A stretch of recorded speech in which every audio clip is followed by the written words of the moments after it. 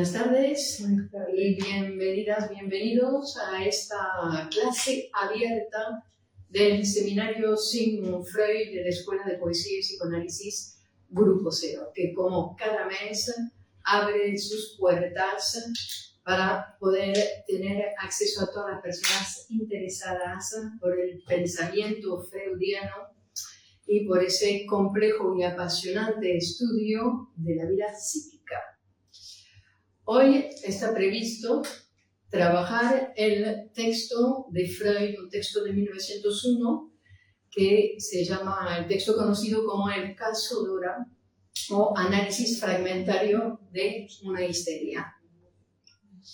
Este texto es un texto que se presenta casi como una novela, ¿no? Es un texto muy literario, pero es una construcción científica, es un texto científico. Y es un texto que por primera vez en la historia del psicoanálisis Freud va a articular la práctica clínica con la interpretación de los sueños. Estamos en 1901, Freud acaba de publicar la interpretación de los sueños, está plantado en el campo del psicoanálisis, el aparato psíquico, y está presentado el concepto de inconsciente. Es decir, que en este ensayo clínico, Freud va a presentar, digamos, los resultados de sus investigaciones. Y en este caso clínico van a desarrollarse los elementos que se presentan en todo tratamiento psicoanalítico, es decir, la asociación libre, la transferencia, las resistencias, la interpretación de los sueños y también la construcción de una historia de deseos. Entonces, evidentemente, hoy no vamos a ver todo el caso, vamos a ver solamente una parte, pero algo vamos a ver. Vamos a ver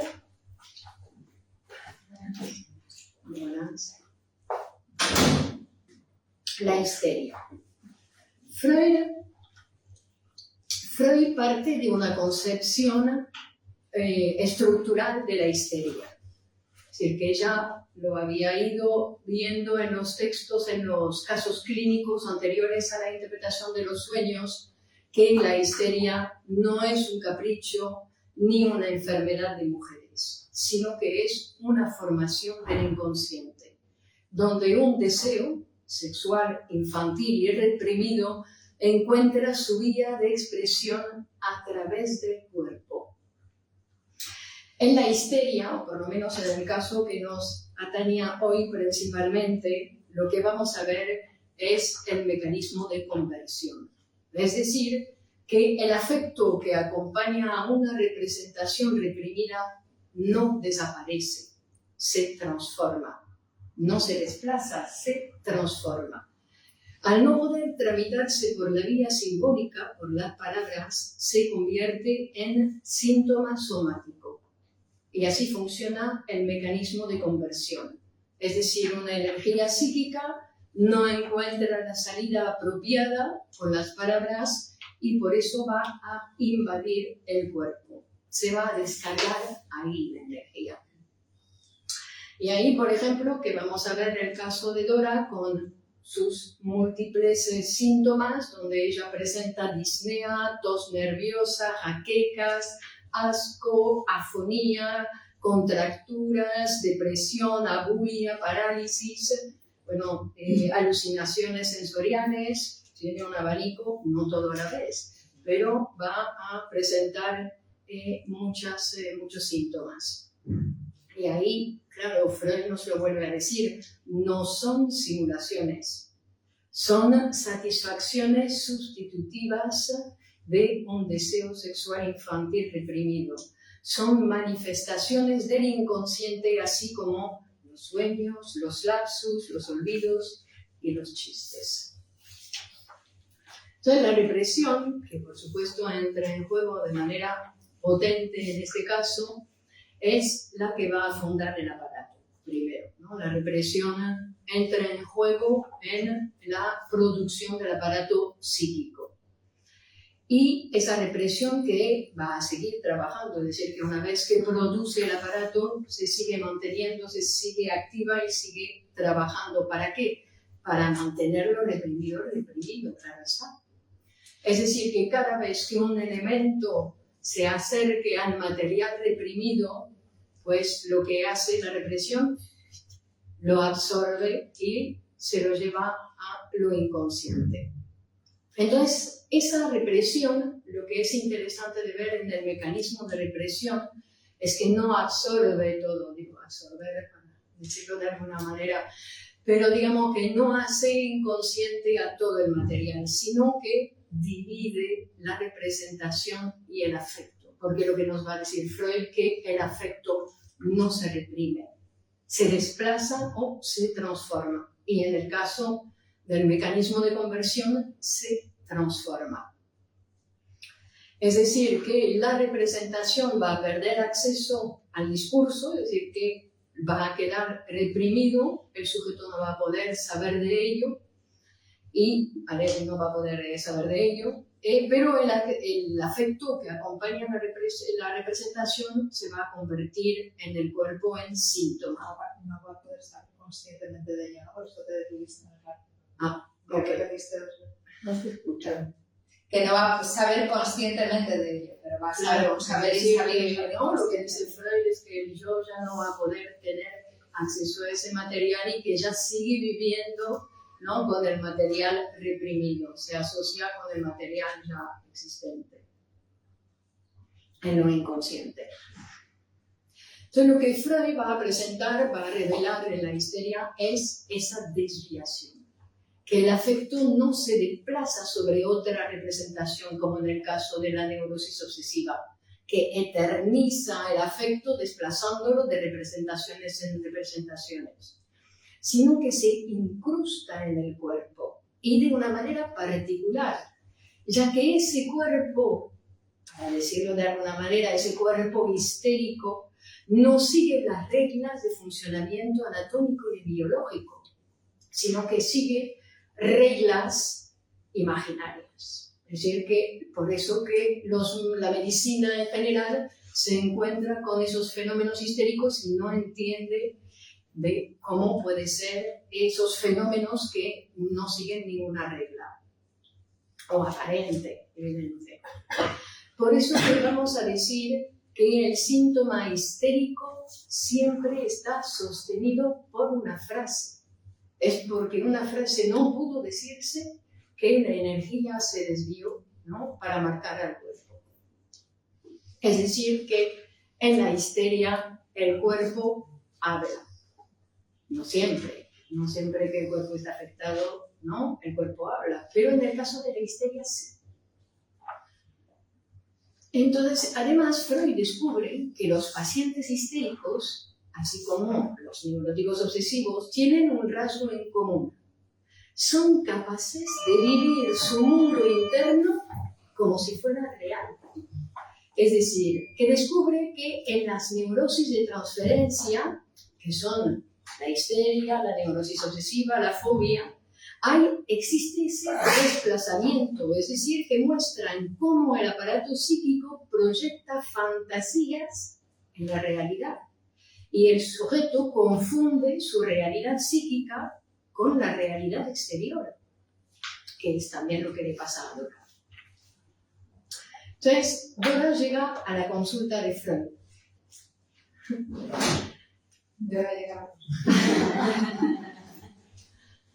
Dora tiene 18 años en aquel entonces. Llega al análisis. Parecería que por imposición del padre. El mismo padre que tiempo atrás había sido tratado con éxito por Freud, por una enfermedad orgánica. Y entonces, por eso, vemos totalmente natural que vuelva a recurrir a Freud, pero esta vez para tratar a su hija. Sin embargo, Freud va a dejar claro desde el principio que no puede trabajar con informes ajenos. Es decir, porque claro, llega el padre, presenta a su hija y más o menos le dice a Freud lo que tiene que hacer. Le dice lo que le pasa a la hija y le dice lo que tiene que hacer, ¿no? Entonces Freud dice, no, vamos a escuchar lo que dice Dora, que es lo que nos va a interesar, que diga lo que se le ocurra. Y entonces empieza, ¿no?, que ya lo había presentado en la interpretación de los sueños, pero vuelve a presentar, ¿no?, lo que es la asociación libre. Es decir, que diga todo lo que le parezca, aunque parezca irrelevante, pero hay que aprender a hablar sin censura y sin juzgarse. Y así comienza la cura psicoanalítica con la asociación libre. Y otra cosa que es interesante, que también nos va a presentar Freud, dice que Freud se va a distanciar rápidamente de sus colegas médicos, en el sentido que presentan, dice, esos colegas que presentan casos clínicos perfectos, con pacientes dóciles y relatos ordenados. Dice, en cambio, él denuncia los impedimentos reales para que el paciente se exprese. Es decir, que hay muchos, hay inconvenientes para que el paciente pueda hablar. Hay inconvenientes. Está la vergüenza, habla de la vergüenza, habla del pudor ante los propios sentimientos o pensamientos del sujeto a la hora de hablar, el desconocimiento que tiene el paciente sobre lo que le pasa. Es decir, ¿cómo voy a hablar de algo si no sé lo que me pasa?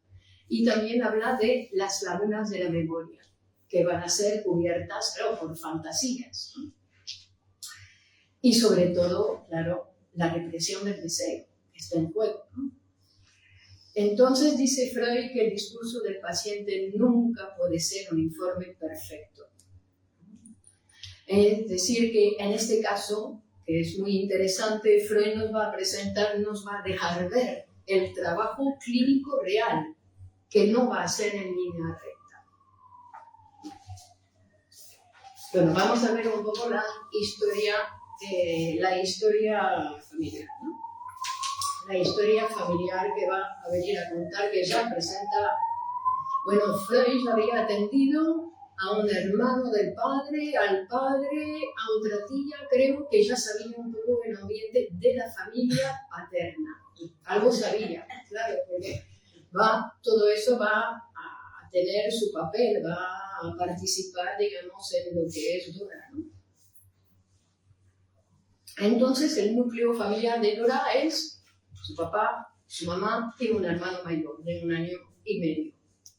La madre de Dora es una mujer poco inteligente y de escasa cultura. Freud no la conoció.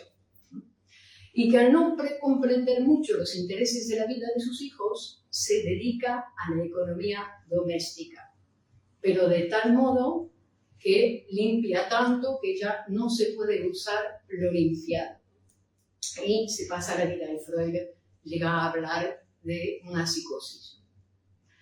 Freud nunca llega a conocerla personalmente, pero Dora la desprecia abiertamente y el vínculo con ella es casi inexistente en el momento del tratamiento. Ya también podríamos hablar, porque ahí vamos a hablar del padre de Dora. El padre de Dora es el personaje principal de la historia después de Dora, ¿no? Pero Freud también nos va a decir, no exactamente en ese texto, pero nos va a decir que un gran amor por el padre, ¿no?, fue previamente un gran amor por la madre, ¿no? Que no hay otra, es así, ¿no? Que todo empieza con el amor a la madre, pero que después ese amor se desplaza. Entonces, dice que Dora, desde muy pequeña, fue muy apegada al padre. El padre era un hombre de carácter fuerte y bastante dominante. Y ese apego se había acrecentado a partir de una serie de enfermedades que el padre había sufrido cuando ella era todavía pequeña.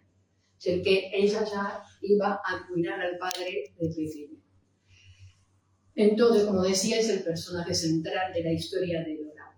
Una figura compleja para Dora, porque claro, lo admira, lo cuida, lo ama, pero también lo odia, lo critica duramente, pero no puede dejar de estar atada a él. Desde pequeña, claro está, Dora coquetea con su padre, compite con la madre, y nunca termina de resolver esa esa posición edípica. Y recordando una frase de Miguel Oscar Menaza que llegó a decir en una ocasión, no era como esos niños modelos que a los 3 años ya dicen, mamá, basta de teta. Ella eso no lo dijo. El padre también está marcado por la enfermedad. Tuberculosis, tuvo un desprendimiento de retina, trastornos psíquicos múltiples, episodios de confusión mental. Es decir, que la niña Dora, a los 6 años, le profesa una ternura inmensa.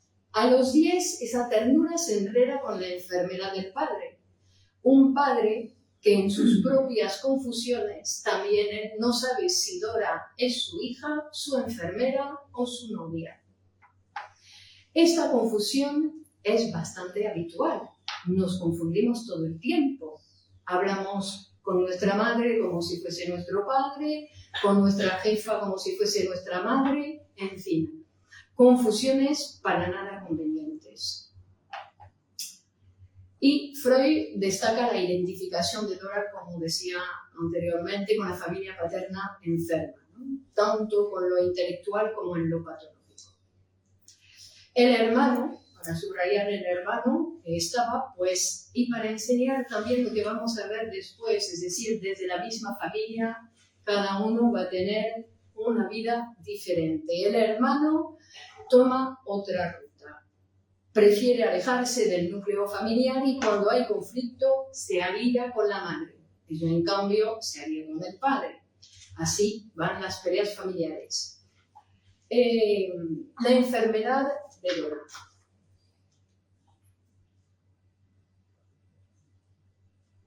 La enfermedad de Dora empieza a los 8 años. Hay el registro de síntomas neuróticos.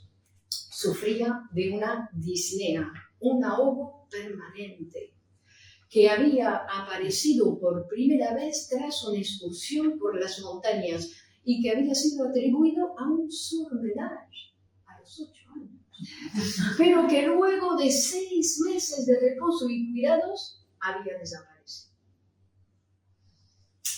A los 12 años sufría de migrañas y ataques de tos.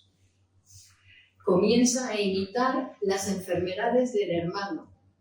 Él enferma primero, ella después, y ella de forma más grave, ¿no? Ella tenía la enfermedad siempre más grande, para tener algo más grande que el hermano, aunque fuese una enfermedad. A los 16 años ya la migraña había desaparecido, pero los ataques de tos persistían todo el tiempo. Y en uno de esos ataques de tos es cuando la llevaron por primera vez a ver a Freud, a los 16 años. Los síntomas desaparecen espontáneamente. A los 17, al fallecer su tía favorita, que era la hermana del padre, sufre un cuadro febril y se creyó que tenía que ver con una apendicitis. A los 18 años ya tosía de forma característica y esos ataques duraban varias semanas e incluso meses. Durante los últimos 2 años el síntoma más molesto había sido una afonía total. Entonces, con las enfermedades del padre llegaron a vivir en diferentes lugares para que pudiese tratar su tuberculosis y las diferentes enfermedades. Después vuelven a Viena.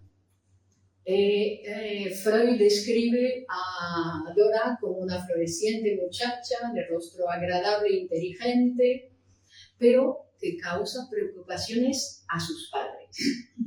Entonces, la enfermedad ahora era una desazón y una alteración en el carácter.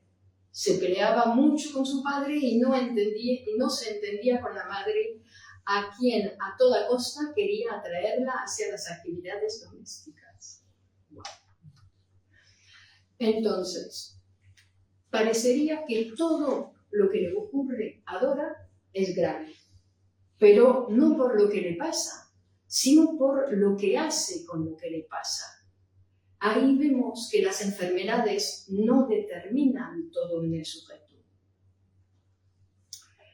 Entonces decíamos que después de la muerte de esa tía querida, que contaba mucho para ella entra en un estado de depresión. Se aísla, no tolera a nadie, desprecia al padre, no siente nada por la madre, se encierra a estudiar. Y entonces los padres descubren una carta. Dora dice que no puede más, que no encuentra sentido a la vida, que este mundo no le aporta nada. Anuncio de suicidio. Lo que consigue con ello, que el padre la lleve a la consulta de Freud.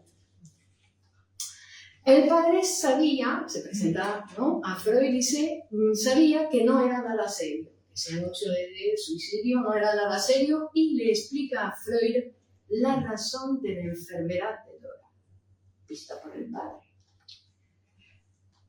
Entonces, paréntesis, Dora no es pasiva.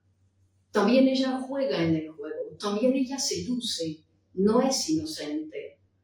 Freud nos obliga en la lectura de ese texto a abandonar nuestra mirada moral y adoptar una ética distinta, la de escuchar lo que el sujeto hace con lo que le pasa. Ella es una joven brillante, tiene intereses intelectuales intensos, estudia, se interroga, busca saber, pero ese saber no es un saber por el mundo, es un saber por sí misma, una forma de control. Menaza llega a decir, si alguien dice yo sé todo de mí, apuesten que es un histérico, porque no estudia medicina para curar al otro, estudia para no depender del médico. Y eso es lo que le pasaba a Dora, que desde que estaba enferma a los 8 años había visto una colección de médicos, evidentemente, y ya ¿no?, tenía un rechazo total a los médicos. Es decir, Dora lee, investiga, piensa, no para saber del mundo, sino para no depender de nadie. Se estudia a sí misma, se vuelve su propio objeto de análisis, pero en ese esfuerzo desesperado por saberlo todo de sí, lo que consigue es no saber nada. Porque el inconsciente no se deja atrapar por la razón. El inconsciente se interpreta.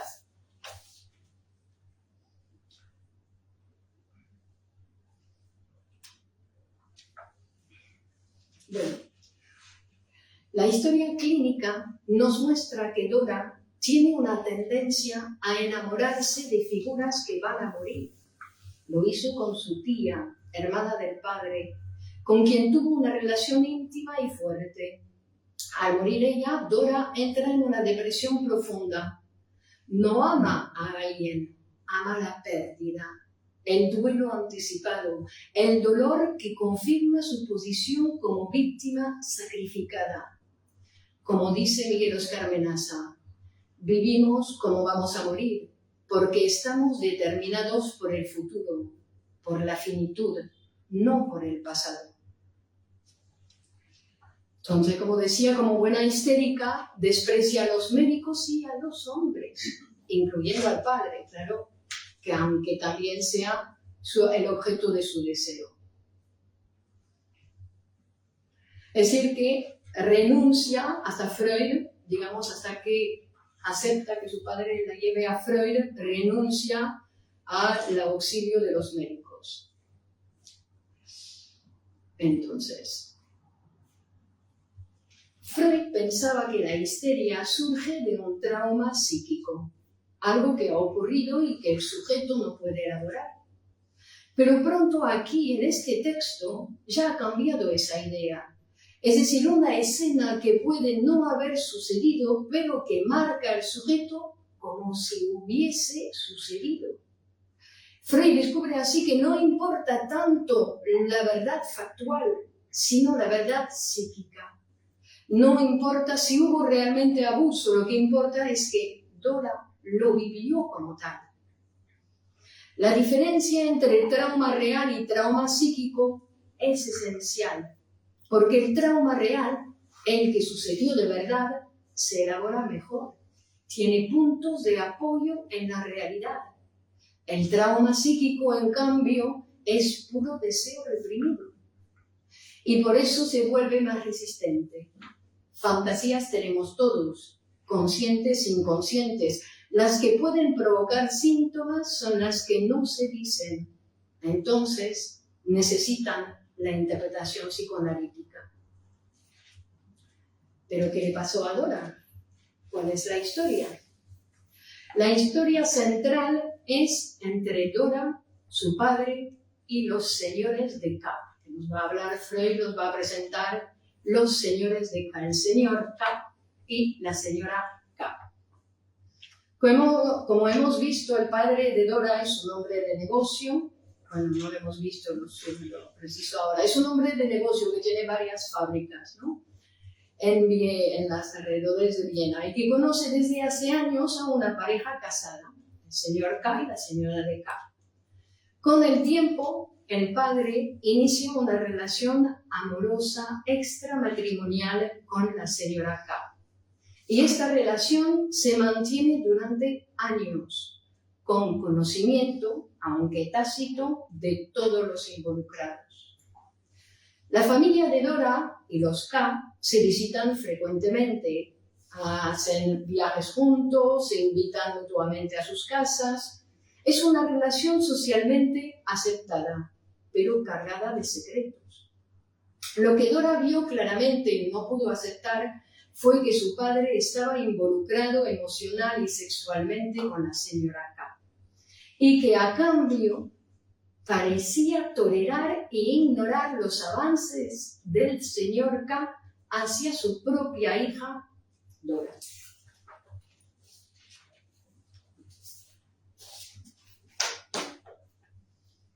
Una vez se fueron juntos de vacaciones. Dora tiene 16 años en ese momento. Ella era la niñera de los hijos de los señores de K, cuida a los niños de la pareja. Y durante esas vacaciones el padre decide volver a la ciudad y la iba a dejar a Dora ahí de vacaciones con los niños y el señor K. Ella insiste en volver con él sin darle ninguna explicación. Quiere volver con su padre, quiere volver con su padre. Al volver a la casa, le cuenta a la madre, para que ésta a su vez informase al padre, la razón de por qué había querido volver con él. Y ahí le cuenta que de vacaciones, en una caminata tras un paseo por el lago, el señor K había osado hacerle una propuesta amorosa. El padre y el tío de Dora preguntan al señor K. Dice, que nos cuenta la nena, ¿qué tiene usted que decir? Y él lo niega todo. Incluso llega a decir que Dora solo muestra interés por asuntos sexuales, que le dijo su señora que se interesa por libros con tonos sexuales, así que ella habrá imaginado la escena. Y el padre cree lo que dice el señor K, es decir, que no la cree a su hija. En lugar de protegerla y defenderla, desestima su relato y lo interpreta como una fantasía. Eso es lo que le cuenta el padre a Freud. Dice así que el padre le dice a Freud en ese asunto debe ser la razón de su irritabilidad y sus ideas suicidas. Que habrá inventado esa escena porque está celosa de la relación que el padre tiene con la señora K, que incluso le ha llegado a pedir al padre que se separe de la señora K. Y el padre le explica a Freud que él tiene una relación muy importante para él con la señora K, que ellos dos tienen un matrimonio desgraciado y entonces hacen un poco de consolador. No se van, dice que es una relación de amistad, no le dice la verdad a Freud, le dice que es una relación de amistad y que es muy importante para él, es decir, que le dice a Freud, yo no voy a renunciar a la señora K, pero usted ponga en buen camino, ¿no? Ponga en buen camino a mi hija. Entonces, durante su análisis con Freud, Dora le va a relatar otro suceso, es decir, que al hablar, pues se acuerda de cosas. Y le cuenta a Freud que cuando tenía 14 años, el señor K maniobró un plan para encontrarse a solas con Dora en su tienda. Tenía una tienda, le dijo a la mujer que se quedase en la casa, despidió a los empleados y se quedó a solas con Dora. ¿Con qué edad has dicho? 14. Y que la estrechó contra su cuerpo y le dio un beso en los labios. Freud va a decir, claro, que esa situación le tiene que haber causado una excitación a la joven virgen que era Dora, pero a ella le produjo asco y ella salió corriendo. Y el asco, nos dice Freud, tiene que ver con un desplazamiento de una sensación sexual reprimida. Y además, Freud sospecha que en ese abrazo la joven tuvo que sentir el miembro erecto del señor K, pero que lo reprimió. Esa escena, ella dice a Freud que esa escena no la contó a nadie, pero que ella después mantuvo el contacto con el señor K. Porque de 14 a 18 que llega a Freud, es decir, que mantuvo el contacto con el señor K, aunque dice que evitaba estar a solas con él. Pero esa escena va a producir 3 tipos de síntomas en Dora. El asco, que va a llegar a tener asco por ciertos alimentos, alucinaciones sensoriales y horror a hombres en tierno coloquio, es decir, hombres que pueden estar en una situación donde le pueda despertar a ella algo sexual. Ahí yo tenía horror. Freud, reconstruyendo la escena años después, piensa, dice, claro, el padre tiene interés en el juego. Romper la relación con el señor K habría puesto en peligro su relación con la señora K. Este abrazo, un abuso no validado, se convirtió en un punto de ruptura emocional para Dora. No solo fue víctima de un acoso, sino que su padre tomó partido implícitamente por el agresor. Una traición devastadora para Dora. Freud plantea que existía un pacto silencioso entre los adultos. El padre de Dora mantenía su relación con la señora K y a cambio cerraba los ojos frente al interés del señor K por su hija.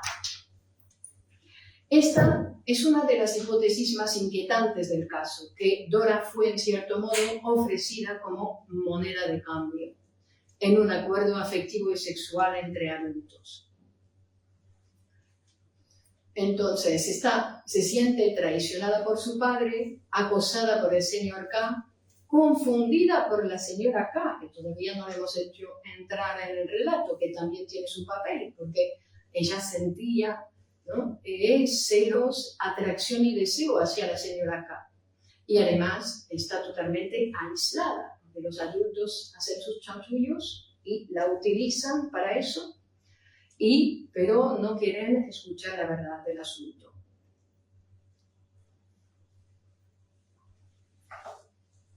Entonces, Freud no duda del relato de Dora sobre el acoso, pero claro, él sostiene que ella también tenía deseos inconscientes hacia el señor K y que la violencia con que lo rechazó podría haber sido una defensa, pero no una defensa contra él, una defensa contra su propio deseo. Y la defensa fue reprimir.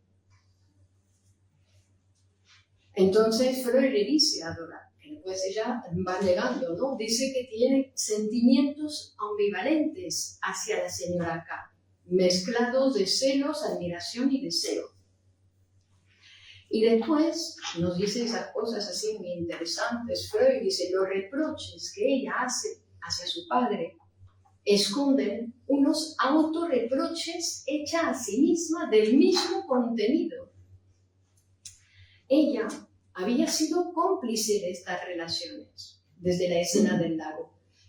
Desde la escena del lago se había sustraído de esa complicidad, pero todos los años anteriores había hecho lo posible para encubrir las relaciones de la señora K con el padre, Incluso hacía de niñera para dejarlos solos. ¿Por qué? Porque estaba enamorada del señor K, aunque ella lo niegue. Su complicidad estaba interesada. Dora se había dado cuenta que la señora K se enfermaba. Otro dato muy interesante. Dora se había dado cuenta que la señora K se enfermaba cuando su marido volvía de viaje para no tener que tener relaciones sexuales con él. Y lo cuenta Freud. Y claro, Freud sospecha que con eso existe un vínculo con la enfermedad de Dora. Y entonces le pregunta a Dora, ¿cuánto duran sus ataques de tos? 3 a 6 semanas. Y le pregunta, ¿cuánto tiempo se suele ausentar el señor K en esos viajes? 3 o 6 semanas. Es decir, que Freud dice, esa enfermedad representaba el amor por el señor K. Al contrario de la señora K, Dora enfermaba cuando el señor K no estaba. Y Freud interpreta, si no puedo hablar con el señor K, no me interesa hablar. ¿Qué? La afonía. La afonía. Al final, Freud no termina el tratamiento con Dora. Ella interrumpe la cura abruptamente. Pero el texto que nos deja es un documento inaugural, una muestra viva del pensamiento freudiano, del trabajo y del pensamiento en marcha. Nos enseña que el síntoma no es un enemigo, sino una vía de acceso al deseo, que el cuerpo no miente, que la cura empieza cuando el sujeto puede decir lo que antes sabía sin saber. Y en ese punto Freud recalca algo fundamental. La vida no viene del pasado, sino del futuro. Uno no se enferma por lo que vivió, sino por cómo se organiza para morir. El deseo inconsciente orienta la vida desde un lugar que el sujeto no conoce, pero que actúa. Hasta aquí. Muchas gracias.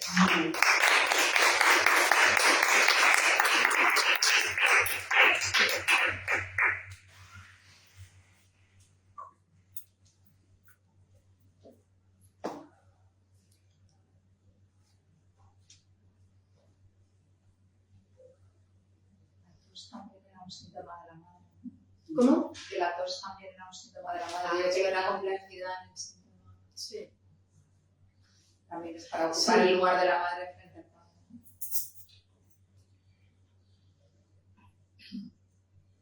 Claro que para producir un síntoma es un sistema complejo, ¿no? Que se suele determinar.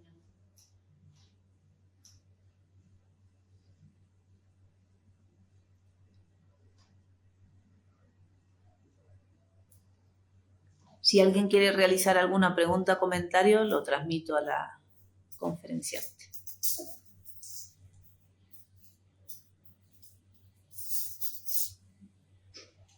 Bueno, pero y los sueños, que son también centrales en el caso, los van a trabajar en el próximo. Claro, en la próxima parte. Claro. Hernán dice muy buena clase. Gracias. Gracias.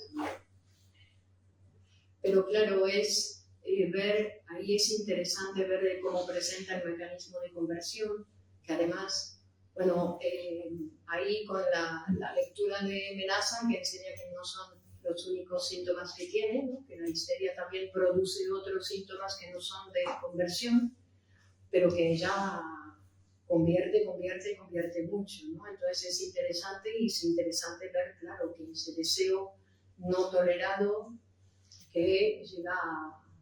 Y después no me acuerdo bien, ustedes se acordarán, ¿no? De qué pasa Dora, porque ella interrumpe el tratamiento y después, tiempo después, no me acuerdo, vuelve a Freud o vuelve a otro profesional, no me acuerdo. Del hombre de los lobos. No, yo creo que vuelve, sí, vuelve. Pero años después. Sí, años después. Dice colega de Luce que en caso clínico se refiere a él. Ah, eso.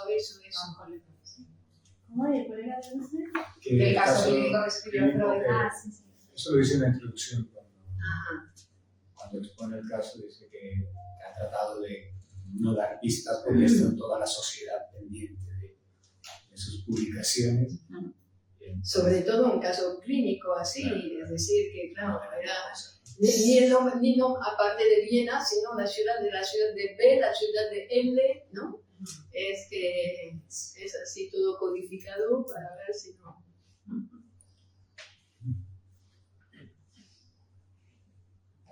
Ida se llamaba Dora, ¿no?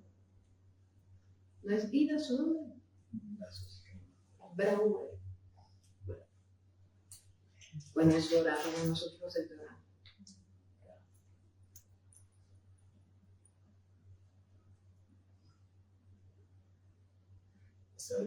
Interesante eso que decías, que no solo síntomas de conversión, porque hay una parte que dice Freud, dice siempre que una persona, en lugar de mostrar excitación, muestra asco, lo diagnostico como histérica.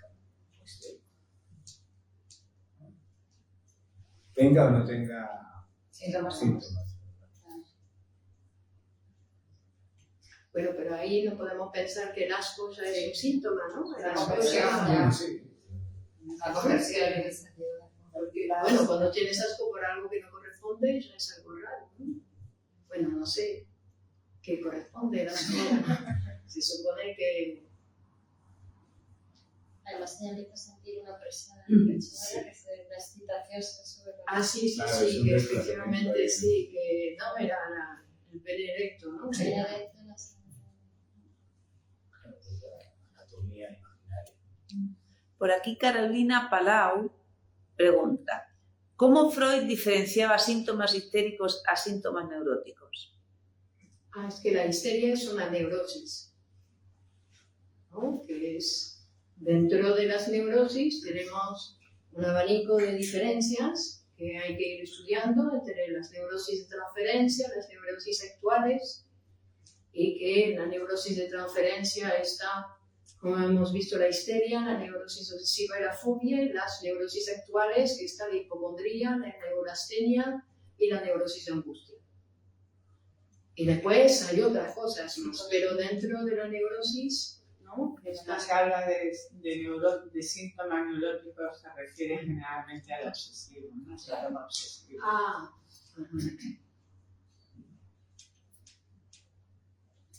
¿y cuál era la pregunta?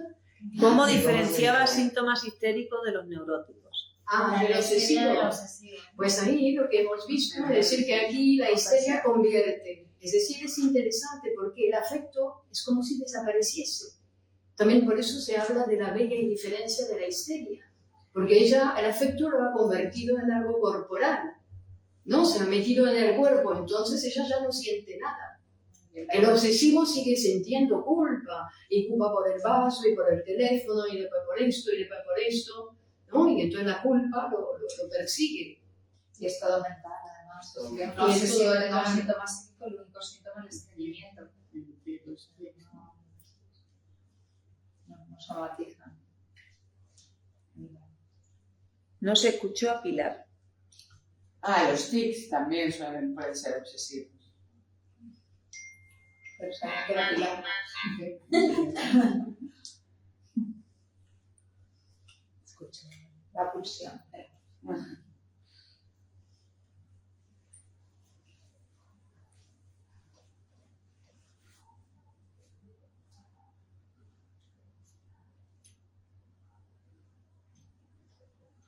Luego también es como ese entramado de deseos, ¿no? Que había ahí en ese grupo familiar. Como que ya también es un...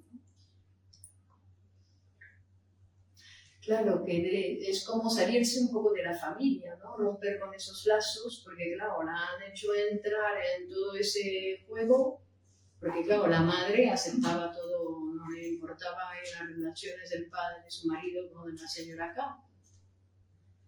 Entonces Ella también fue cómplice, ¿no? De la situación, ¿no? Solamente es que la pusieran ahí, ¿no?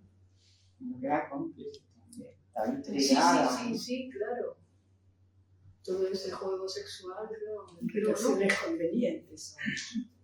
¿Cómo? Son relaciones convenientes. Me callo, no veo, Me quito mi marido de encima. me quito. Sí. Sigo con mi neurosis obsesiva del ama de casa. Es decir, que no hay deseo sexual ahí, totalmente reprimido. Interesante el viaje que hace el afecto, ¿eh? La representación, dijiste, se reprime la representación, ¿no? Y el afecto sigue otros cursos, porque también hablaste de la B23. Ahí, ¿qué pasa con el afecto? Es que es como si desapareciese. Es como si desapareciese, lo dice Freud, así que son las vías. Queda ligado al cuerpo, ¿no? El síntoma somático. Claro, pero ya A no veces parece va al perfecto, cuerpo digamos. y a veces hasta desaparece. A veces inerva. ¿Y dónde inerva? ¿Por qué inerva? Ahí, ¿no? Lo que vimos, ¿no? Que tiene ahí Pasa con la frase. todos que tiene que ver con la... frase. con una frase, sí. Según la frase. Una El cuerpo es frase que- escenario de la frase. El cuerpo es escenario de la frase. Como estás diciendo eso que habla.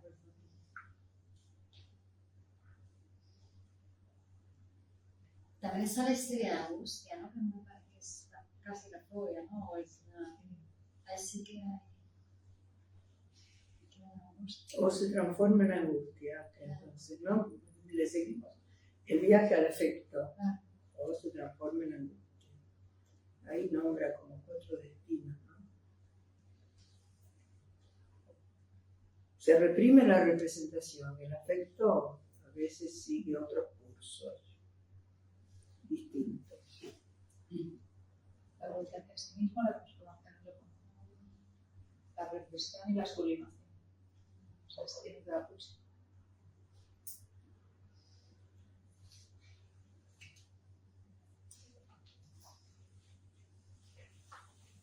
Bueno, habla de la ambivalencia de los afectos también acá, ¿no?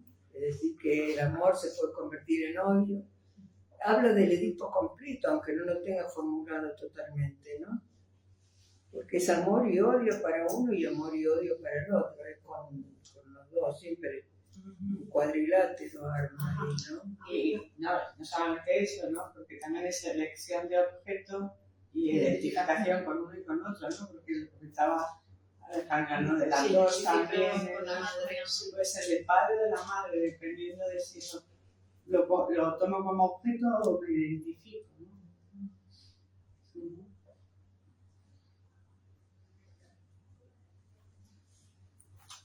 También había algo con unos pendientes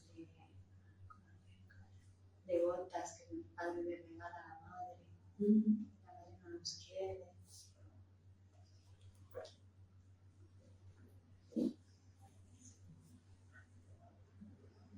Que también era como colocarse en la posición de la madre.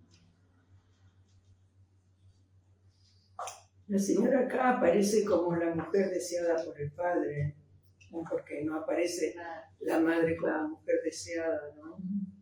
Aparece ella la que es deseada. Bueno, por eso ella también desea la acá, ¿no?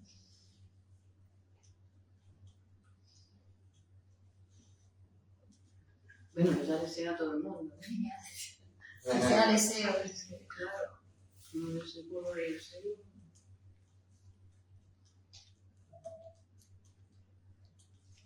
Y además reprimido.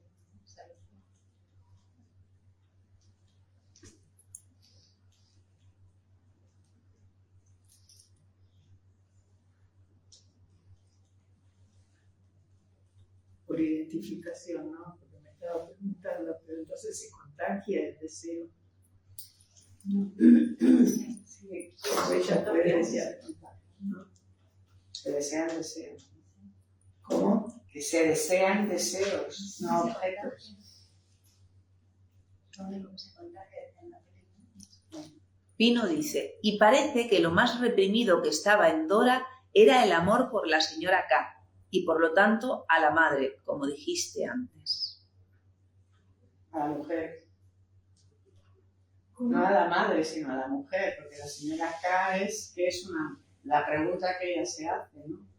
¿Qué es una mujer, no? Como histérica. ¿Cómo, no? No es la madre, ¿no?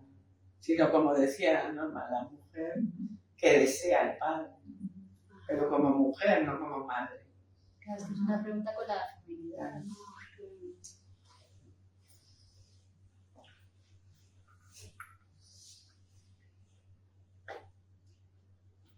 Ya, Cintia. Interesante cómo señala Freud la fuerza del deseo reprimido cuando habla de las posibilidades de elaboración de un trauma real frente a las diferencias del caso Dora. Le da lo mismo en este capítulo que sea real o que sea imaginario. Sí. Puede ser una fantasía, así que ahí ya se separa de la teoría del trauma. Entonces, bueno, puede ser fantaseado. Y después incluye una cosa muy interesante que es la seducción histérica, porque Dora seduce todo el tiempo. ¿Sabes? Ella es la fantasía de violación del adolescente, ser violada por el padre o por el señor K, que es una historia, ¿no? Fantasía de violación, pero la seducción de parte de ella. No es inocente. Ella viene con una larga historia usando el cuerpo. Desde los 8 años. 8 años. Desde los 8 años, claro, sexualidad infantil, ¿no? Ahí está.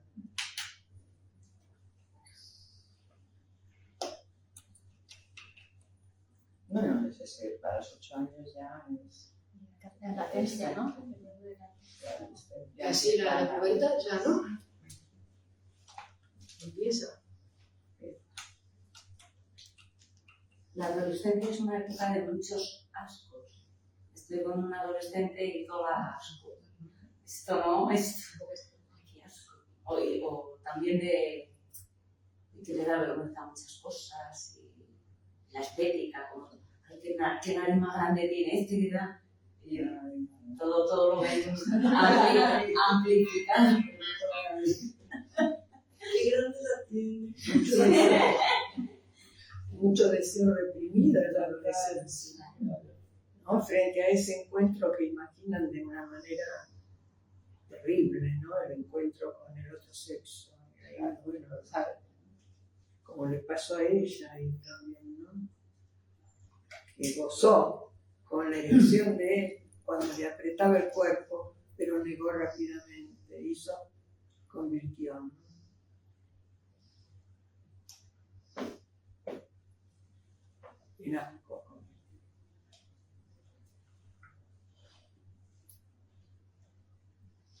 Pero porque el asco no es un dique de la... Como Sí, sí, también es un dique. Sí, la sexualidad. Pudor, asco y vergüenza. Pudor y vergüenza. Vergüenza Y culpa. O sea, moral. y la moral, ¿no? Y la moral, ¿no? La moral, El asco. Pudor, asco y vergüenza. Pero es que pudor y vergüenza es lo mismo. Es pudor, asco y culpa. No, no. no es culpa, es la moral. La Moral, como dique moral, para decir sí, yo no puedo porque está La mal. moral. ¿Cómo? Es la moral. Pudor, asco, moral. Porque está la vergüenza, el pudor y la moral. ¿Qué pasa con la culpa? Los diques a la sexualidad infantil estaban pensando, chicas, donde trabaja eso. Ah, que dices que el pudor y el asco es lo mismo, sí. No, el pudor y la vergüenza es La lo mismo. vergüenza. Pudor y vergüenza es lo mismo. Asco es una cosa y el tercero es la moral. Dique moral, ¿no? Es decir, que son cosas que pertenecen a la infancia, que deberían pertenecer a la infancia. Así que sin vergüenza nos despedimos. Hoy es la última conferencia de este curso lectivo, ¿no? De clase abierta, la última conferencia de entrada gratuita de este ciclo que hemos realizado como todos los años. Volveremos, por supuesto, en septiembre Con esto. con esto. Y con esto. Claro. Claro. Ah, qué bueno. Y empezamos con un curso de introducción al psicoanálisis sobre la interpretación de los sueños gratuito que comienza el día 8 de septiembre y que se pueden inscribir todos ustedes, es gratuito, es nuestro inicio, estreno. Folleto, Magdalena, ¿Qué? que hay otro folleto para antes. El receta también. Sí, sí. Sí. Esto en relación al psicoanálisis, poco a poco. ¿Vale? Poco a poco. Estamos aquí, no hemos terminado, no nos vamos todavía. Esto por aquí. Nuestra próxima cita en julio va a ser un poco especial, va a ser un poco festiva. Va a ser el recital poético final de temporada el 11 de julio a las 8 de la tarde, que os invitamos a venir a Madrid. ¿Vale? De acuerdo, os esperamos aquí en Madrid, en la sede del Grupo Cero.